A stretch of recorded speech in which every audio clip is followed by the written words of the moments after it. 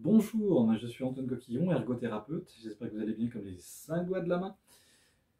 Donc pour me suivre, n'hésitez pas donc à vous abonner à ma chaîne ainsi qu'à liker mes vidéos et à les partager. Donc dans cette vidéo, nous allons parler de la sexualité au quotidien. Donc, en tant qu'ergothérapeute, on va intervenir donc, sur tous les actes de la vie quotidienne, hein, mais également au niveau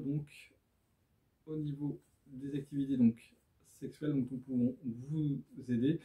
Notamment, j'ai eu déjà des demandes auprès d'une dame donc, qui avait donc, une atteinte articulaire avec des limitations articulaires, donc qui ne pouvait pas atteindre son entrejambe et qui avait des enfants.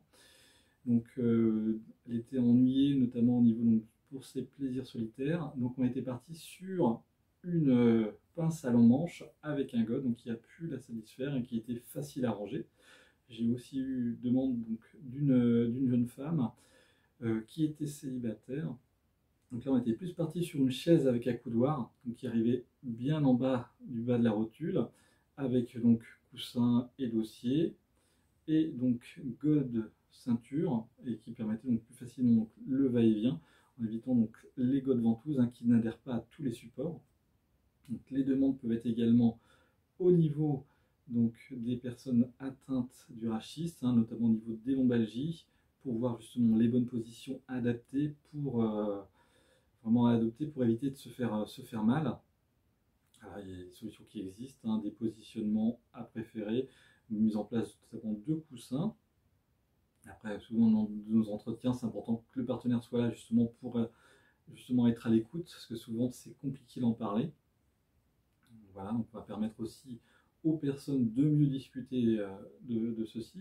On peut avoir aussi des difficultés par rapport aux personnes, donc les troubles du spectre, qui ont des troubles du spectre autistique, donc adultes, et qui ont du problème avec la relation donc, au corps, qui peuvent très bien ne pas aimer être touchés, donc ce qui est compliqué justement par rapport au rapport.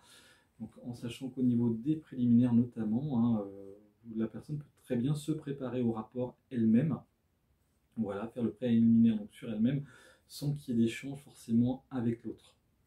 Voilà.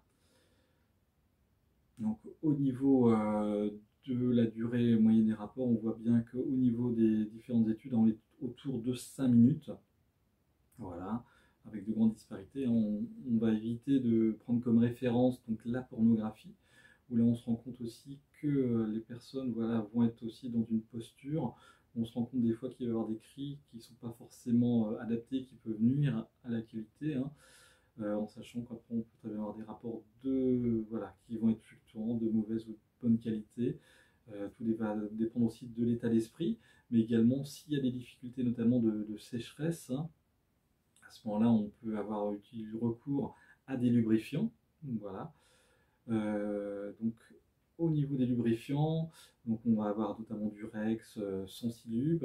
On va préférer donc plutôt les lubrifiants donc sans parfum. Voilà, pour éviter tout ce qui est problème d'allergie et d'irritation. Après, également, si vous avez des problèmes, s'il y a des problèmes érectiles, à ce moment-là, ne pas hésiter à en parler donc, à son médecin. Après, au niveau du couple, c'est normal qu'au début, au niveau de la phase donc, de la lune de miel, il y ait plus de rapports voilà, sexuels plus fréquents où on va se montrer sur son meilleur jour.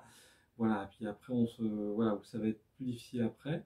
Notamment, je vous renvoie vers le livre donc, de John Gottman et Nan Silver sur les couples heureux ont leurs secrets, où là on va retrouver les 5 phases avec la lune de miel,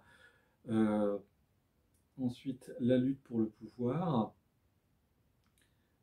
ensuite le partage du pouvoir, l'engagement et l'ouverture vers autrui.